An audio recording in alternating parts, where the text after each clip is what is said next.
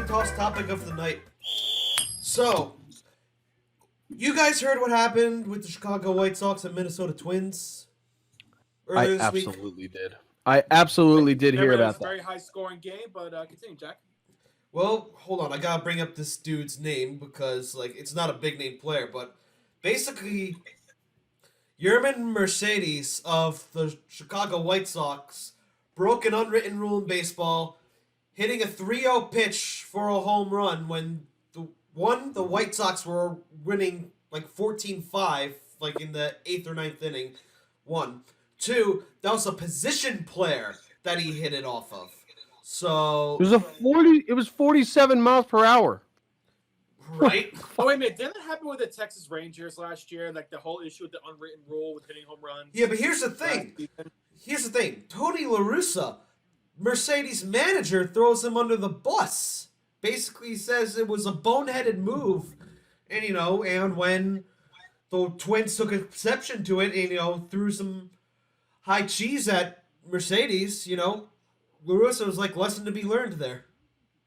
Yeah, I think he tried like the pitcher the next day, Duffy or Duffy.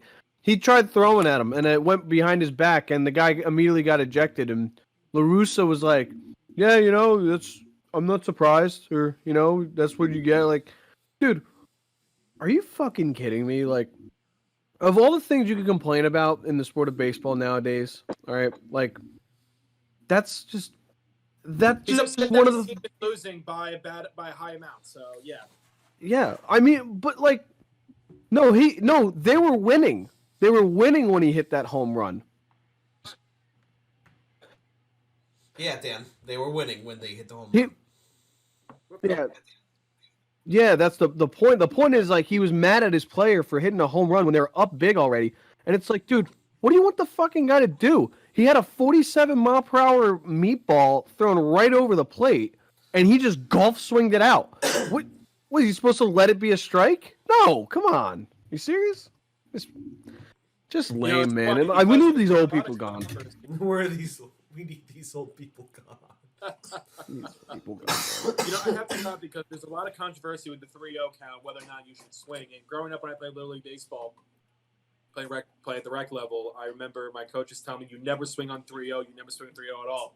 And I remember I was playing a game, and this kid hit a bases-clearing double on a 3-0 count. It was big. Like, I scored, bases-clearing double. We were scoring runs, and the coach got mad at him because he swung at 3-0.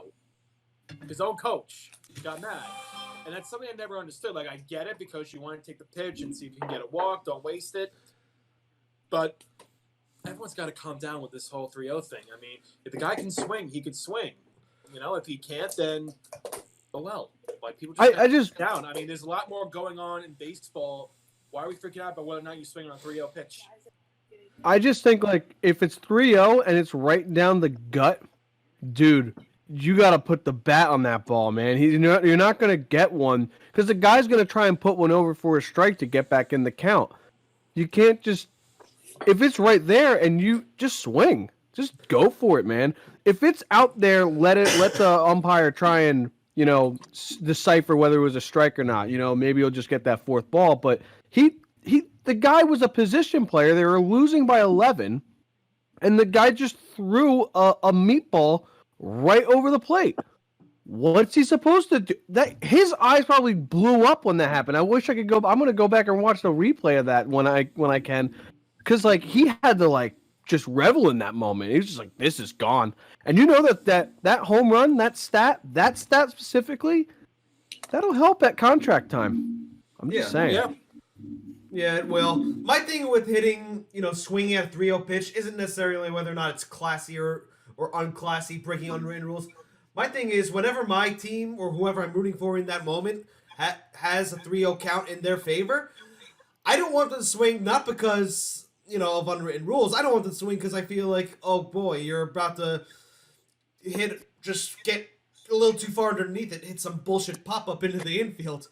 But yeah, but that's just because when I played Little League, my strategy was to be a contact hitter and just get on base, so that's just me. But what angered me more about that, it's like, dude, I don't know how old Mercedes is. Hold on, I gotta Google this dude's age before I make any comments. Yermin Mercedes. How old is he?